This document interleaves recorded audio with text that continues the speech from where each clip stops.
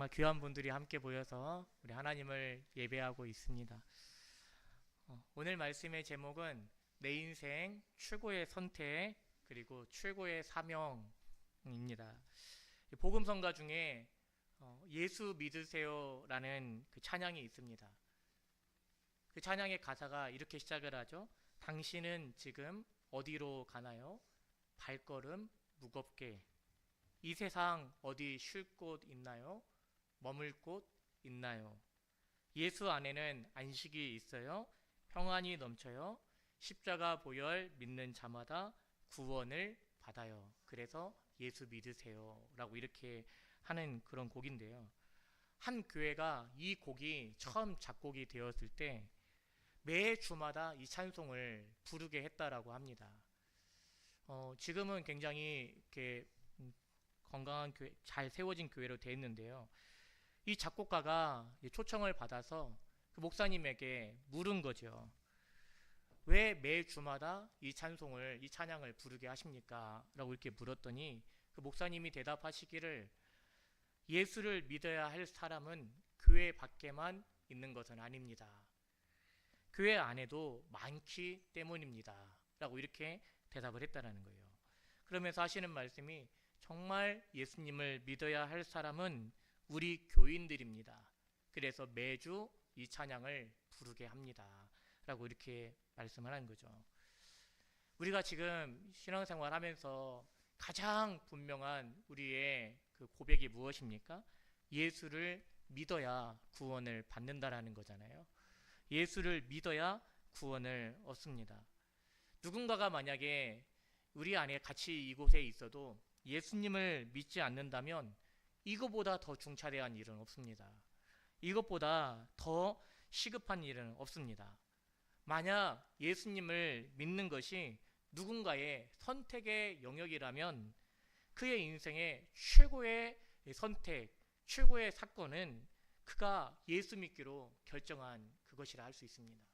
이것보다 더 중차대한 일은 없고 더 시급한 일은 없고 교회는 무엇을 확인하는 겁니까? 정말 예수를 믿고 있는지 거듭났는지 이 부분을 확인을 해야 되는 거죠.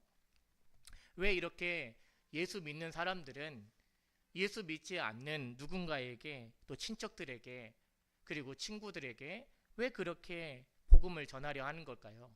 왜 그렇게 예수를 믿으라라고 그렇게 끊임없이 지긋지긋하게 전도를 하는 것일까요? 왜 그럴까요? 너만 잘 믿으면 됐지 왜 굳이 누군가에게 사랑하는 이들에게 끊임없이 찾아와 전화하며 예수를 믿으라 그렇게 하는 것일까요? 궁금하지 않습니까? 왜 그렇게 끊임없이 예수를 믿으라 전하는 것인지. 예수를 믿느냐 믿지 않느냐에 달린 그 영혼의 결국을 알기 때문에 그렇습니다.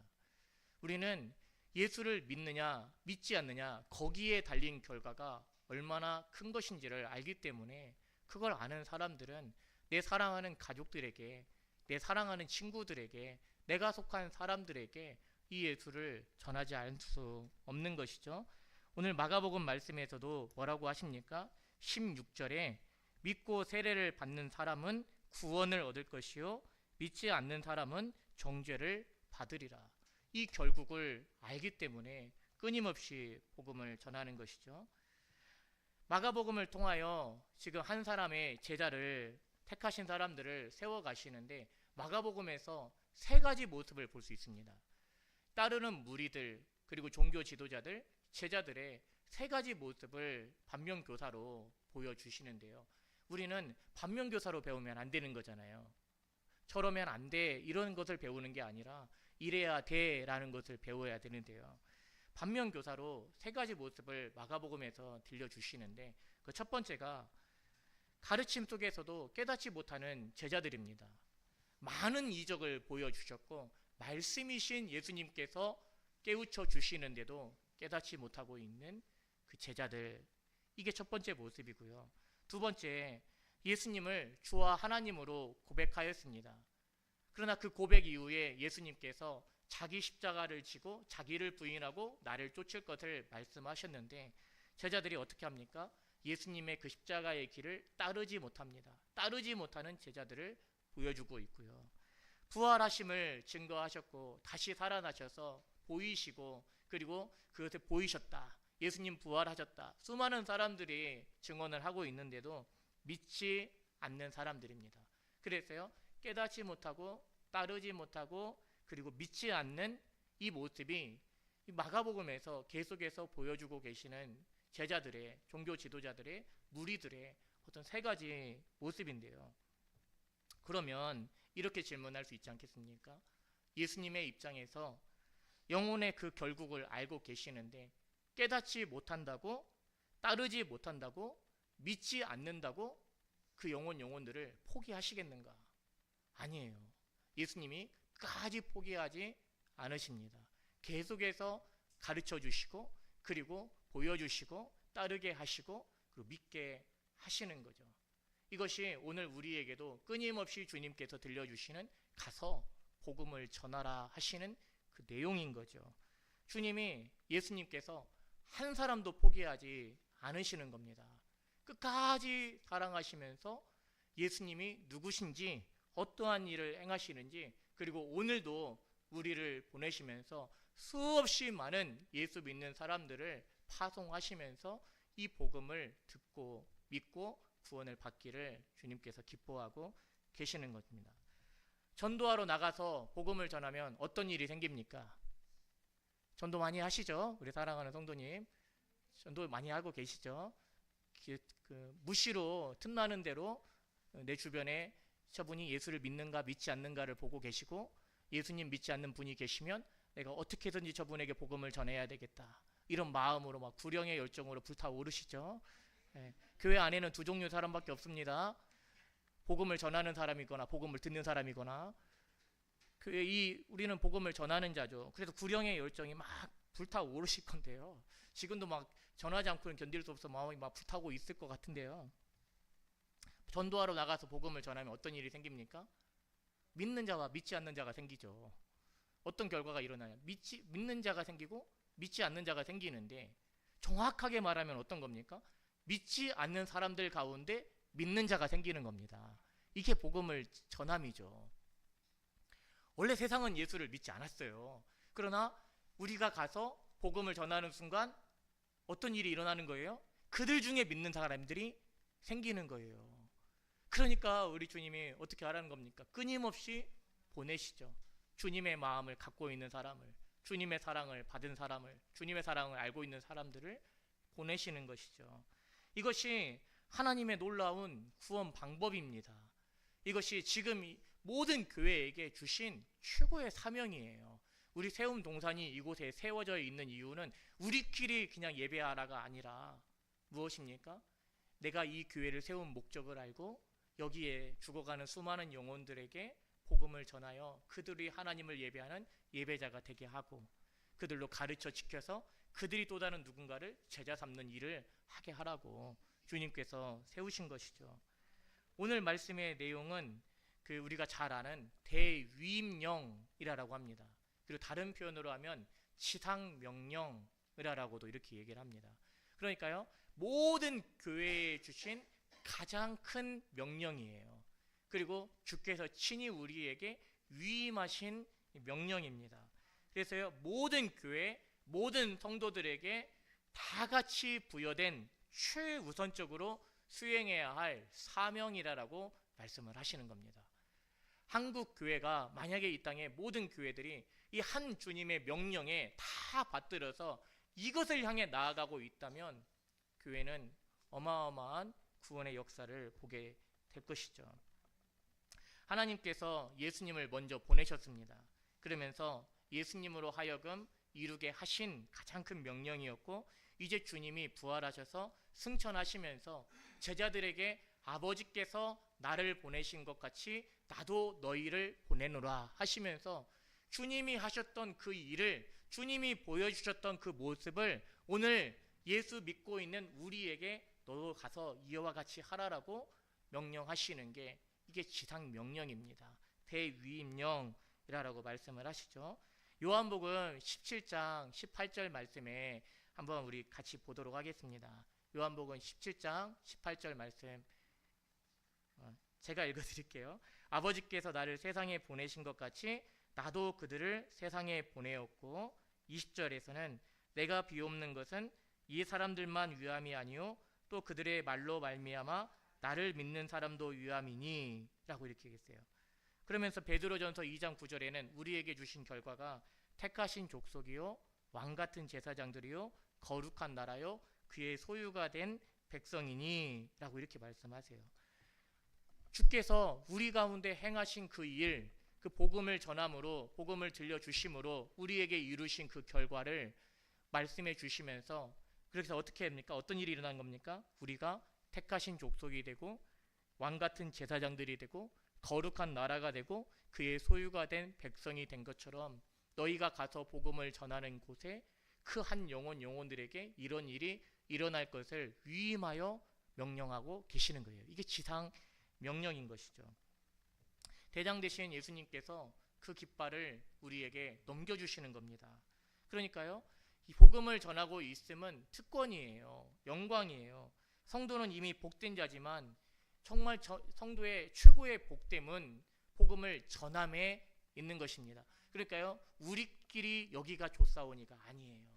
여기에 머물러 있겠다가 아니라 우리는 어떻게 해야 되는 겁니까? 기회 되는 대로, 틈이 나는 대로 믿지 않는 누군가에게 복음을 전해야 하는 것이죠. 하늘과 땅의 모든 권세를 제자들에게 주셨습니다. 이 제자들에게 주실 때, 명령하실 때 이렇게 말씀하지 않았어요. 나를 십자가에 못 박은 그 원수들, 그들은 절대 은혜를 기대하지 못하게 하라, 이렇게 말씀하지 않으셨어요. 나를 십자가에 못 박은 그들에게는 이 복음을 전하지 말라, 그렇게 말씀하지도 않으셨어요. 오히려 그 모든 권세를 다 주시면서 너희는 온 천하에 다니며 만민에게 복음을 전하라 하시고, 제일 먼저 성령이 임하시면 어떻게 된다고 합니까? 예루살렘과 가장 먼저 그들이 지나다니면서 마주할 수 있는, 늘 만나고 있었던, 어떻게 보면 예루살렘에서 가장 큰 일은 예수님을 십자가에 못 박았던 그 많은 무리가 있는 그곳에서부터 오히려 나를 십자가에 못 박았던 그 원수들이 있었던, 정말 예수를 믿지 않을 것 같은 사람들이 많이 있었던 그 예루살렘에서, 예루살렘, 온 유대, 사마리아 땅끝까지 이르러 내 증인이 되리라 라고 말씀을 하시죠.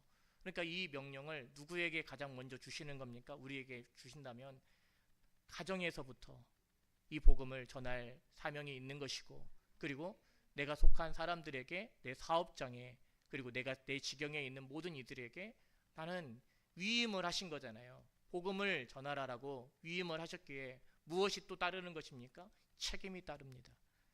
주님께서 나에게 맡기신 순간부터 그 맡긴 것에 대한 책임이 따라오는 것이죠. 내가 평생에 힘쓸 그 큰 의무가 되는 것입니다. 모든 교회, 모든 성도에게 주신 이게 명령인 것이죠. 온 천하에 다니며 만민에게 이 복음을 전하라. 왜 그렇습니까? 믿고 세례를 받으면 구원을 받는데 믿지 않으면 정죄를 받기에, 그러니까 이렇게 보면 돼요. 예수님의 대제사장적인 요한복음에서의 기도, 그리고 마지막 유언과 같은 부탁하시는 그 대위임령, 그 명령에 담긴 하나님의 마음이 무엇인가를 들여다보면 요한복음 3장 16절 말씀이 되는 겁니다. 하나님의 마음, 처음부터 하나님의 마음이 무엇이었는지, 그리고 지금 우리를 보내시는 하나님의 마음이 무엇인지, 마지막 승천하시기 전까지도 지금 예수 제자들에게 무엇을 명령하시는지, 하나님의 마음은 요한복음 3장 16절입니다. 같이 읽어볼까요? 시작. 하나님이 세상을 이처럼 사랑하사 독생자를 주셨으니 이는 그를 믿는 자마다 멸망하지 않고 영생을 얻게 하려 하심이라. 나를 십자가에 못 박은 원수도, 죄인도 한 사람도 멸망하지 않고 구원을 받기를 원하시는 게 하나님의 마음이에요. 예수님을 이 땅에 보내심도, 그리고 오늘 우리를 다시 보내심도 하나님의 마음은 변함없는 사랑입니다. 그리고 변함없는 은혜예요.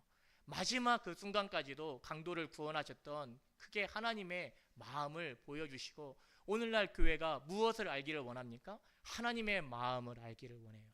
그리고 오늘날 우리 모든 믿음의 성도님들이 무엇에 주목하기를 원하십니까? 하나님의 마음에 주목하기를 원해요. 그래서 복음을 전하라라고 말씀을 하시는 거죠. 왜요? 복음을 전하는 곳에는 반드시 무슨 역사가 일어나니까 믿고 구원을 받는 은혜의 역사가 일어날 것이기에 로마서 10장 13절에 누구든지 주의 이름을 부르는 자는 구원을 얻으리라. 그 역사가 일어날 것이기에 끊임없이 주님께서 우리에게 명령을 하시는 거죠. 근데 단순히 명령만 하시지 않습니다. 명령은 성경의 모든 하나님의 명령에는 약속이 있어요. 약속과 함께 명령을 주십니다. 그리고요, 명령을 수행할 수 있는 능력도 주세요. 하나님은 언제나 명령하시지만 그 명령은 약속과 함께 능력으로 주시는 명령이에요. 낙심하지 말 것이 있죠. 우리가 먼저 복음을 전하면서 낙심하지 말아야 할 것은 무엇입니까? 말씀이신 예수님이 직접 보여주시고 들려주시고 전하셨어도 믿는 자와 믿지 않는 자가 있었습니다. 그러니까요, 우리가 가서 믿는 사람들이 있고 믿지 않는 사람들이 있고 당연한 겁니다. 다 예수를 믿는 게 아니에요. 만약에 그것이 선택의 영역이라면 다 결정할 수 있겠지만 아니에요. 하나님의 주권적인 하나님의 부르심의 영역이기 때문에 우리는 전하는 것까지가 사명이고 그 부분에 있어서 누구를 구원하실지 언제 그를 구원하실지 그 하나님의 영역이기 때문에 우리가 그것을 다 알 수 없는데요, 하나님께서 권세를 주시고 능력을 주시면서 보내십니다. 제자들이 가서 복음을 전할 때 믿는 자가 있을 거고 믿지 않는 자가 있을 거라고 말씀을 하시는데 주신 권세가 무엇입니까? 믿는 자들에게는 이런 표적이 따르리니 라고 말씀하시죠. 어떤 표적입니까? 17절 같이 읽어볼게요. 믿는 자들에게는 이런 표적이 따르리니 곧 그들이 내 이름으로 귀신을 쫓아내며 새 방언을 말하며 뱀을 집어 올리며 무슨 독을 마실지라도 해를 받지 아니하며 병든 사람에게 손을 얹은즉 나으리라. 아멘. 이 말씀 그대로 우리 붙잡고 기도합니다. 우리 세움 동산에 이런 표적이 따르리니 하면서 다 같이 기도하고 계시는데요, 내 이름으로 귀신을 쫓아내며 무엇입니까? 예수 믿는 사람들이 복음을 전하러 가는 그 현장에 음부의 권세가 이기지 못합니다. 권세는 오히려 물러가는 것이죠. 새 방언을 말하며 하나님 나라의 큰 일을 말하게 됩니다. 뱀을 집어 올리며 무슨 독을 마실지라도 해를 받지 아니하며 사탄은 절대 예수 믿는 복음을 전하러 예수의 이름으로 나아가고 있는 그 사람을 해할 수가 없습니다. 오히려 사탄은 두려워 떱니다. 병든 자에게 손을 얹은즉 나으리라. 진정한 자유와 충만과 열매가 그 안에 은혜의 역사를 약속해 주시는 거죠.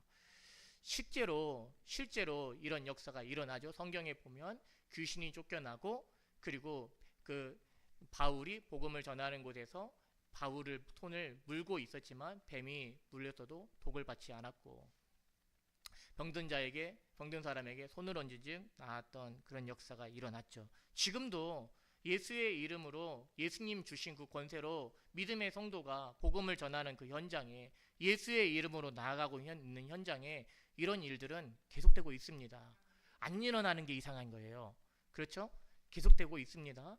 우리 성도님들이 서 있는 현장에 귀신이 정체를 드러내고 귀신이 쫓겨나는 역사가 일어나는 것이고 그리고 정말 하나님 앞에 새 방언이 터지고 하나님 나라의 큰 일을 말함이 있는 것이고 뱀을 집어 올리며 무슨 독을 마실지라도 해를 받지 아니함이 있는 것이고 병든 사람에게 손을 얹은즉 낫는 그런 역사가 일어나는 것입니다.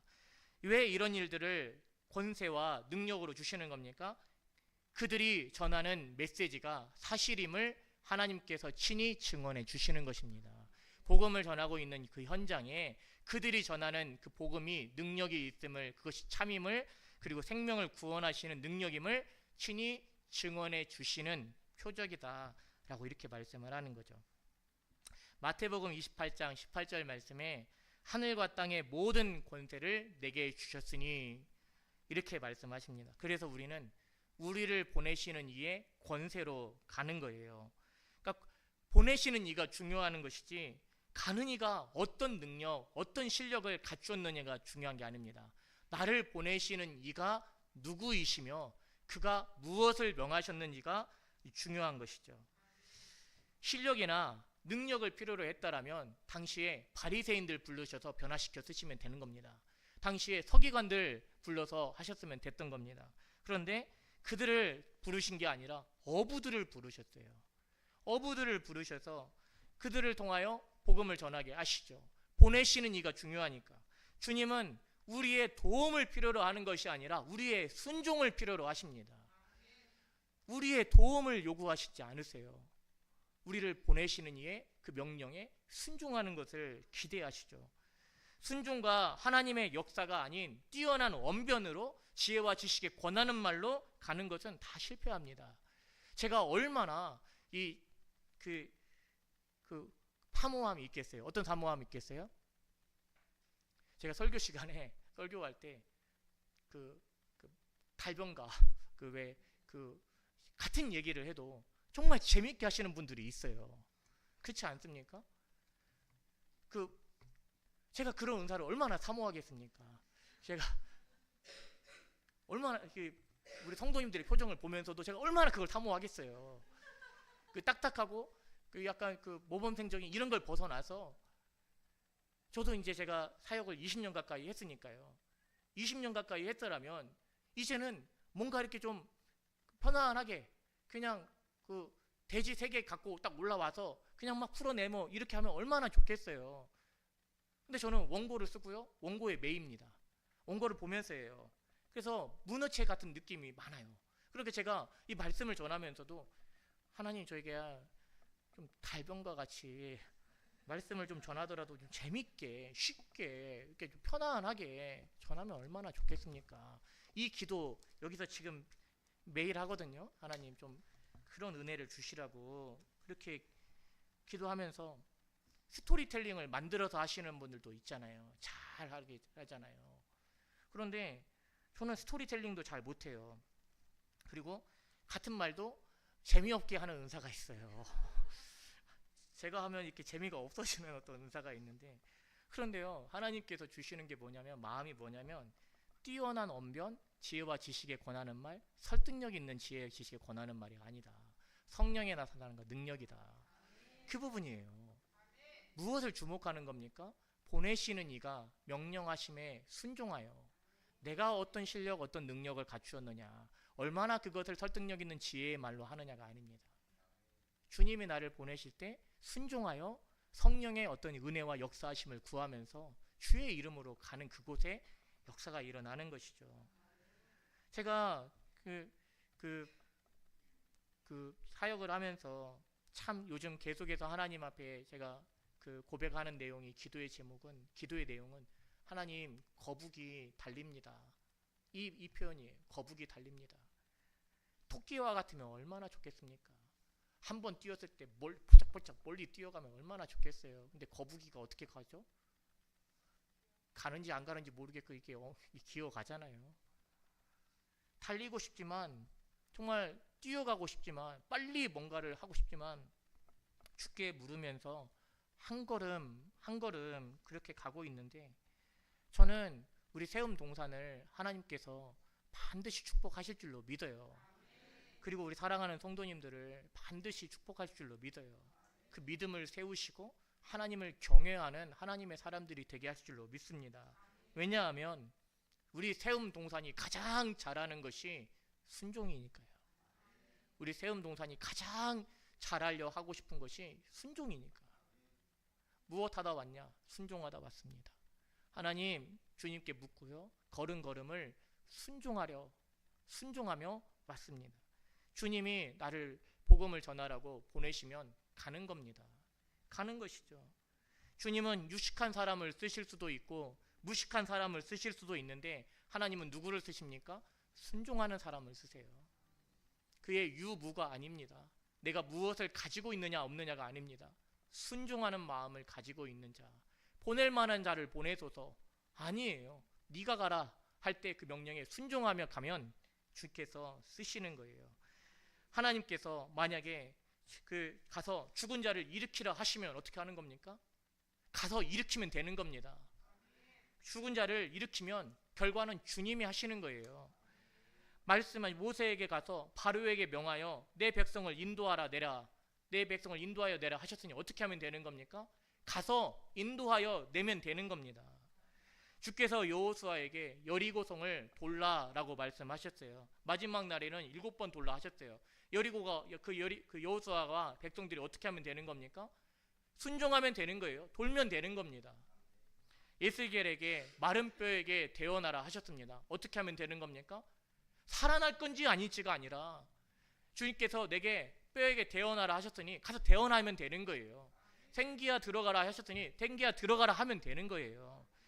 주께서 기드온에게 항아리에 횃불을 들고 가서 미디안 군대를 칠 것이라 했습니다. 그래서 횃불을 깨고 그 함성을 지르라 했으니 어떻게 하는 게 되는 겁니까? 가서 항아리 깨면서 큰 함성으로 지르면 되는 거예요. 너는 가서 온 천하에 다니며 만민에게 복음을 전하라 하셨으니 어떻게 하면 되는 겁니까? 가는 곳곳마다 복음을 전하면 되는 겁니다. 하나님께서 어떤 사람을 쓰십니까? 어떨 때 역사가 일어납니까? 순종하는 사람을 쓰시고 순종하는 이의 역사가 일어나는 겁니다. 우리 세움동산에게 하나님께서 명령을 하시는 거죠. 성벽이 무너지는 거, 마른 뼈가 살아나 군대를 이루는 거, 미디안 군대가 전멸하는 거, 이스라엘 백성들이 430년 종노릇한 데서 출애굽되어 인도되는 거, 그것은 주님의 영역입니다. 그것이 권세입니다. 명령으로 순종하여 갔을 때 하나님께서 어떻게 역사하신지를 보는가? 그게 권세예요. 어떻게 역사하시는지를 우리에게 보여주신 이게 권세예요. 우리에게 이런 권세를, 하늘과 땅의 모든 권세를 예수님에게 주셨는데 예수님이 그 권세로 나에게 가라 명하시는 것이죠. 우리를 보내십니다. 우리에게 무엇을 명령하십니까? 온 천하에 다니며 만민에게 복음을 전하라 명령하시는 거죠. 다니며라고 말씀하셨어요. 다니며라는 건 끊임없이 지속적으로 나가고 있는 것을 말합니다. 이 시대가 그래요. 끊임없이 가고 있는 것. 가다가 혹시 낙심하셨습니까?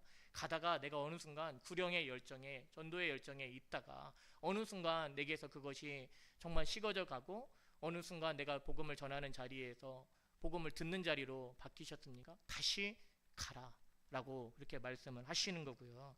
온 천하에 라고 말씀하셨습니다. 하나님이 창조하신 모든 피조 세계에 예수의 이름으로 가라 라고 그렇게 말씀하시는 거죠. 삶의 한 영역으로서의 전도가 아닙니다. 삶의 한 영역으로서의 전도가 아니라 우리는 삶의 모든 현장에서 파송받은 자로 살아가는 것이죠. 예수 이름의 그 권세와 능력으로 복음의 증인으로 우리가 살아가는 것이죠. 믿는 사람들에게는 이런 표적이 따르리니 말씀하셨습니다. 하늘과 땅의 모든 권세를 우리에게 주셨으니 이 말은 돈으로 하는 거 아닙니다. 실력으로 하는 거 아닙니다. 우리의 능력으로 하는 거 아닙니다. 순종으로 하는 것입니다. 순종으로 우리는 하나님의 말씀으로 붙잡고 나아가고 하나님께서 어떻게 역사하시는지를 보는 겁니다. 이게 오늘 말씀에서 하시는 거죠. 하나님은 온 천하에 들려주고 싶어 하세요. 알려주기를 원하세요. 이게 창세기 때로부터 예수님 다시 오실 때까지 하나님의 마음이세요. 하나님이 어떤 분이신지를 알려주시고 그리고 들려주시고 우리로 고백하기를 원하세요. 그래서 지금도 끊임없이 예수 믿는 사람들을 보내셔서 복음을 전하십니다. 무엇을 들려주시고 무엇을 알려주시기를 원할까요? 하나님이 우리를 구원하신다. 하나님이 우리와 영원토록 함께 하신다. 내 모든 삶에서 유일한 구원자는 예수님 한 분뿐이시다. 내 삶의 모든 현장에서 그분이 나의 안고 일어섬을 아시고 때로 7번 넘어져도 다시 일어서게 하시면서 가게 하시는 그가 하나님이시다. 영원히 나와 함께 하시는 이시다. 이 부분을 우리로 알기를 원하세요. 죄를 짓고 두려워 숨었던 아담이었습니다. 그 아담에게 주님이 찾아오셔서 아담아 네가 어디 있느냐. 이 말은 아담아 네가 왜 거기 있느냐. 왜 너가 거기 그러고 있느냐. 하나님의 탄식하는 마음이었어요. 하나님의 사랑의 음성이었어요. 이름들을 통해서 하나님께서는 우리와 함께 하심을 들려주십니다. 하와 모든 산자의 어머니라는 뜻이고 에노스 죽을 수밖에 없는 존재, 그들로 하여서 여호와 이름을 부르기 시작하게 하시고 노아 하나님의 위로, 이스라엘 하나님과 겨루어 강하게 된 자, 하나님과 더불어 씨름하여 강하게 된 자, 모세 물에서 건짐을 받은 자, 느헤미야 하나님의 위로, 예수 우리를 죄에서 건지시는 이, 임마누엘, 하나님이 우리와 함께 하시다. 아담에게 그리고 모든 선지자들을 통하여 보내실 때 그 선지자들의 이름 속에서 그리고 사건들을 통해서 가죽옷을 지어 입히시고 노아 홍수 속에 무지개를 보이시고 출애굽시 구름 기둥 불 기둥으로 매일 아침 만나를 먹이시고 그렇게 하나님께서 걸음걸음을 장막 칠 곳을 친히 정하시고 그리고 그 장막에 구름 기둥 불 기둥이 움직이면 그 천막을 치고 다시 또 나아갈 바가 되게 하시고 풀무불에서 그리고 그 사자굴에서 그리고 불임절에서 이 모든 사건들을 통해서도 하나님이 자기 백성과 함께 하신다. 자기 백성을 구원하심을 알려주시기를 원하셨죠. 약속들을 통해서는 어땠습니까? 여자의 후손에 대한 약속으로 시작해서 세상 끝날까지 너희와 함께 있으리라. 그 약속 사이에 무엇이 있습니까? 내가 너로 큰 민족을 이루겠다. 400년이 차면 돌아오겠다. 바벨론 포로 생활 70년이 차면 돌아올 것이다. 내가 아버지께 구하겠으니 그가 또 다른 보혜사를 너희에게 보내주시겠다. 끊임없이 하나님이 우리를 구원하시고 모든 상황에서 우리를 건지시는 이시요 하나님이 영원토록 자기 백성과 함께 하시는 놀라우신 은혜의 하나님이심을, 사랑의 하나님이심을 알려주시고 들려주시기를 원하셨죠. 그래서요, 그렇게 보여주신 그 절정의 예수 그리스도 그 십자가 사건을 통하여 이 모든 것들을 다 확인시켜 주시고 보여주시면서 이제 그 부활하신 주님을 통하여 우리에게 이제 아버지께서 나를 보내신 것 같이 내가 너희를 보내노라 라고 하시면서 보내시는 겁니다. 그 권세와 능력을 주시면서 하나님의 대사로 우리를 보내시는 것인데요, 우리를 보내심 속에 무엇이 있습니까? 이제 너희가 내 증인이 되리라 라는 말씀, 그리고 만민에게 복음을 전하라 라는 말씀에 무엇이 있습니까?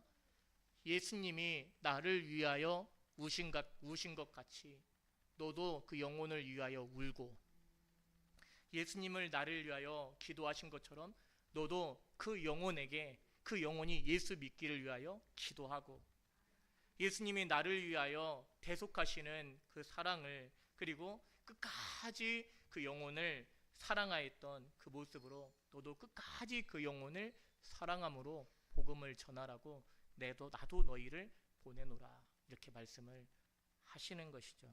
왜 가야 합니까? 왜 우리는 가야만 합니까? 믿고 세례를 받는 자는 구원을 받을 것이기 때문에, 복음을 전하면 믿지 않았던 이들 가운데 믿는 자가 생길 것이기에, 일어날 것이기에. 그래서요, 교회는 끊임없이 고민해야 하는 일이 세상으로부터 교회를 어떻게 지킬까가 아닙니다. 하나님이 주신 권세를 가지고 세상을 어떻게 구원할까가 교회의 고민이지, 교회에 들어오는 어떤 유혹, 그 세상적인 세속적인 이런 것들을 어떻게 막아낼까, 여기 수준이 아니에요. 주님이 주시는 권세로 세상을 어떻게 뒤집을까, 어떻게 구원할까, 하나님의 큰 일을, 세상을 천하를 어지럽게 하였다라는 그런 어떤 그 복음의 그 사명이, 능력이, 그 증인이 우리 가운데 불붙듯 다시 일어나는 것을 기도하고 말씀 속에서 붙잡아야 하는 것이죠. 내가 사랑하는 그 영혼, 주께서 사랑하시는 영혼입니다. 발걸음 무겁게 쉴 곳 없는 이들에게 진정한 위로와 소망이신, 우리를 위해 목숨을 내어주신 그 예수를 전하라고 오늘도 우리에게 마지막 위임, 그리고 가장 큰 명령을 우리에게 하고 계시죠. 이 명령 우리 다 같이 듣고 이 말씀에 그대로 붙잡고 순종하고 계시는 우리 사랑하는 세움동산 모든 성도님들 되시기를 주님의 이름으로 축원합니다.